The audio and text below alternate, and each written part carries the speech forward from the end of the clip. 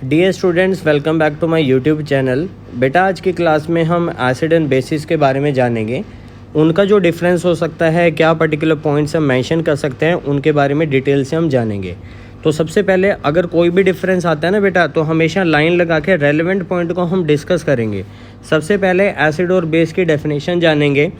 Arrhenius theory क्या कहती थी बेटा? ऐसे केमिकल सब्सटेंस जो कि पानी में जाके H+ आयंस रिलीज करता है, यानी द केमिकल विच रिलीज या which dissociate its H+ ions when dissolving into the water, उनको हम क्या कहते थे? एसिड कहते थे।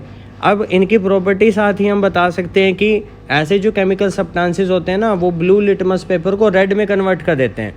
मान लो आपके पास एक ब्लू लिटमस पेपर है, आपके पास एक पर्टिकुलर सब्सटेंस है जिसकी एसिडिक नेचर है, आपको पता करना है। अगर आपने डिप किया उसमें ब्लू लिटमस पेपर और उसका रेड कलर चेंज हो गया, दैट मीन्स वो सब्सटेंस क्या होगा? एसिडिक होगा। ऐसे सब्सटेंसेस को हम क्या बोलेंगे? एसिड बोलेंगे। अगर हम नेचर की बात करें ना, तो एसिडिक होगा।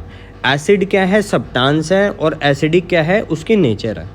सेम इसी तरह जब हम बेसिस को डिफ्रेंशिएट करते हैं आपका यहाँ पर, तो बेसिस आपके पास अरेनियस थ्योरी के अकॉर्डिंग क्या होगा? Those chemical substances which release OH- ions, यानी हाइड्रोक्साइड आयन। OH- आयन को हाइड्रोक्साइड आयन बोलते हैं। वो आयन रिलीज करेंगे जब उनको पानी में डिसॉल्व करेंगे। ऐसे जो केमिकल सब्सटेंसेस होते हैं, इनके अंदर अगर हम रेड लिटमस पेपर डालें तो वो ब्लू हो जाएगा, अगर हम ब्लू लिटमस डालें तो कोई भी कलर चेंज नहीं आएगा। तो ऐसे केमिकल सब्सटेंसेस जो कि OH- आयंस रिलीज करते हैं जब उनको पानी में डिसॉल्व किया जाता है, ऐसे सब्सटेंसेस को हम क्या बोलते हैं? बेसिस। अगर हम इनकी नेचर की बात करें, जैसे एसिड की नेचर क्या है? एसिडिक। ऐसे ही बेस की नेचर क्या होगा? बेसिक। इसके अलावा थोड़ी सी और प्रॉपर्टी डिस्कस करते हैं। एसिड की प्रॉपर्टी की बात करें तो ज़्यादातर एसिड आपको कलरलेस मिलेंगे। इसके अलावा क्या होगा? सोर हो सकते हैं। सोर यानी खट्टे होंगे टेस्ट में। कोरोसिव। कोरोसिव का मतलब ये हाईली रिएक्टिव होते हैं टुवार्ड्स मेटल, टुवार्ड्स स्किन। ठीक है, अगर वो स्किन पे डल जाए तो हमारी स्किन जल सकती है। मेटल को ये अपने अंदर डिसॉल्व करा लेता है, तो ये काफ़ी ज़्यादा कोरोसिव होता है। ठीक है, अगर हम इसको बीकर में रखते हैं, टेस्ट ट्यूब डाल के देखते हैं, तो इसका टेम्परेचर स्लाइटली हाई होता है और इससे हमेशा इरिटेटिंग फ्यूम्स निकलते हैं। अगर वो फ्यूम्स अगर हम सूंघते हैं तो हमें काफ़ी ज़्यादा इरिटेशन हो सकती है नोज़ के अंदर। और जो एसिडिक सॉल्यूशंस होते हैं वो गुड कंडक्टर होते हैं इलेक्ट्रिसिटी के। अगर हम कंसनट्रेटेड में से करंट पास करने की कोशिश करें तो जनरली नहीं करता, क्योंकि आयन फ्री आयंस नहीं है जो कि इलेक्ट्रिसिटी के लिए ज़रूरी हैं। तो हम क्या करेंगे? उसका सॉल्यूशन बना देंगे, पानी में उसको डिसॉल्व करा दो। एसिडिक सॉल्यूशन होगा तो क्या होगा? वो generally good conductor of electricity होगा, उसमें से बहुत अच्छा करंट फ्लो करेगा। नेचुरल वाटर के मुकाबले में या नॉर्मल वाटर, टैप वाटर के मुकाबले में एसिडिक सॉल्यूशन में कंडक्टिविटी और भी ज़्यादा होगी। इसके अलावा बेटा बेसिस की प्रॉपर्टी डिस्कस करते हैं। अब देखो, बेसिस की प्रॉपर्टी में सबसे पहले आपके पास आ जाएगा कि ये जनरली बिटर होते हैं टेस्ट में। बिटर का मतलब कड़वा होगा। अगर इनको आप टेस्ट करके देखेंगे तो इनका कड़वा टेस्ट है। जैसे बेकिंग सोडा को आप थोड़ा सा टेस्ट करके देखो तो आपको कड़वा महसूस होगा। या बाई चांस नहाते वक्त शैम्पू या साबुन अगर हम माउथ में चला जाता था बचपन में, तो हमें कड़वा महसूस होता था, क्योंकि जो सोप है वो भी क्या होगा? वो बेसिस से ही बल्कि बना होता है। ठीक है, तो इसकी अगर हम छू के टेक्सचर अगर हम बताएं तो जो बेसिस है वो थोड़ा सा क्या होता है? सोपी होता है। ऑन दी अदर एंड जो एसिड होते हैं वो स्टिकी होता है, थोड़ा चिपचिपा होता है। लेकिन यहाँ पे जो बेसिस है ये स्लिपरी है।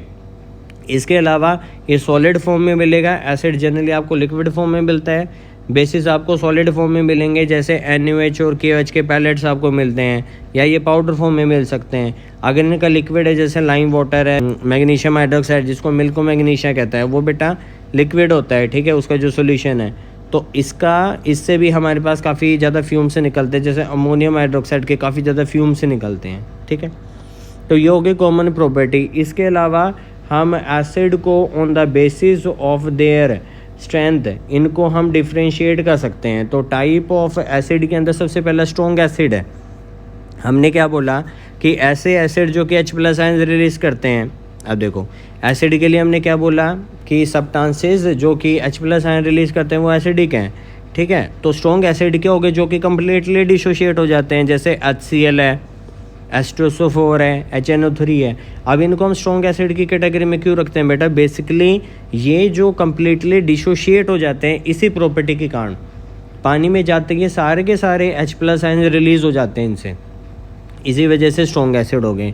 मॉडरेट एसिड हो गया जिसमें से स्लाइटली कम, मतलब स्ट्रॉन्ग एसिड के मुकाबले थोड़े से कम H+ आयंस रिलीज़ करते हैं, ठीक है।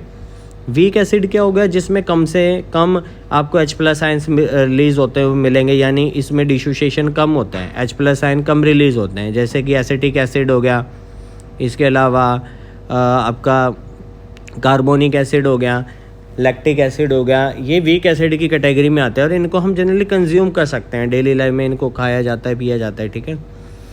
टाइप ऑफ बेसिस की अगर बात करें बेटा, टाइप ऑफ बेसिस में आप अरेनियस थ्योरी के अकॉर्डिंग ही इसको डिफ्रेंशिएट कर देंगे। स्ट्रॉन्ग बेस वो होगा जो कि कम्प्लीटली डिसोशिएट हो जाता है OH- आयंस में। मॉडरेट भी होगा, उसमें थोड़े से लेस OH- आयंस होते हैं, और वीक में तो काफ़ी ज़्यादा लेस OH- आयंस होते हैं जब उनको पानी में डिसोल्व किया जाता है तब। अगर हम डेली लाइफ की बात करें कि इनकी जो स्ट्रेंथ है उनको डेली लाइफ के अकॉर्डिंग, डेली लाइफ मतलब आमतौर पे जब हम इनको डेली लाइफ में यूज़ किया जाता है तो इनकी एसिडिक और बेसिक नेचर के बारे में बात करते हैं। अगर हम बात करें नॉर्मल वाटर की, वो तो न्यूट्रल हो गया। जो एसिड रेन है तो वो क्या हो जाती है, थोड़ी सी एसिडिक हो जाती है, क्योंकि हमारे जो एटमॉस्फेयर है उसमें काफ़ी ज़्यादा पोल्यूशन है, जिस वजह से एसिडिक नेचर आ जाती है।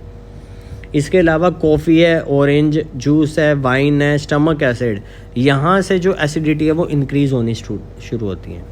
अगर हम डेली लाइफ में बेस की बात करें तो जैसे ब्लड है, ये भी स्लाइटली pH है, ओशन वाटर भी pH इसकी स्लाइटली बेसिक होती है। बेकिंग सोडा है, मिल्क और मैग्नीशिया है, हाउस होल्ड अमोनिया जो घर में हम सफाई के लिए यूज़ किया जाता है, जैसे ग्लास क्लीनर हैं उनमें भी यूज़ होते हैं बेस। ब्लीच हो गया, सोडियम हाइड्रोक्साइड का तो बहुत ही ज़्यादा बेसिक नेचर हो गया। देखो क्या होता है, अगर pH बढ़ती है ना तो इसका मतलब क्या है, जो बेसिक करैक्टर है वो इंक्रीज़ होता है, एसिडिक करैक्टर घट जाता है। स्ट्रॉन्गेस्ट बेस की बात करें तो KH हो गया, पोटाशियम हाइड्रोक्साइड, उसके बाद सोडियम हाइड्रोक्साइड, और नीचे जाते जाएंगे तो क्या होगा, तो pH अगर कम होती जाएगी तो बेसिक स्ट्रेंथ भी कम होती जाएगी। ब्लड की नियर अबाउट 7.5 के अराउंड pH होगी, ठीक है, तो स्लाइटली बेसिक है वो।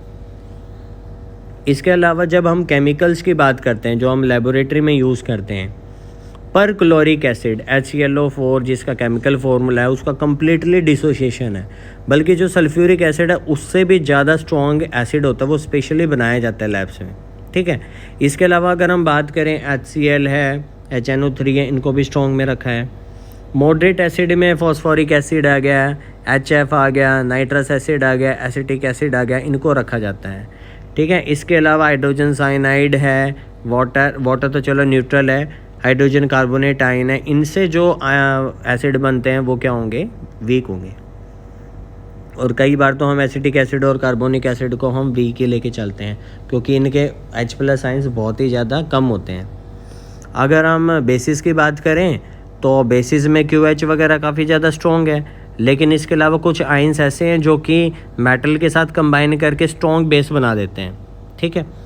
इसके अलावा अगर आप देखो डिफरेंट टाइप के आयंस हैं, इनकी स्ट्रॉन्ग बेस, मॉडरेट बेस और वीक बेस की अलग अलग कैटेगरी बना रखी है।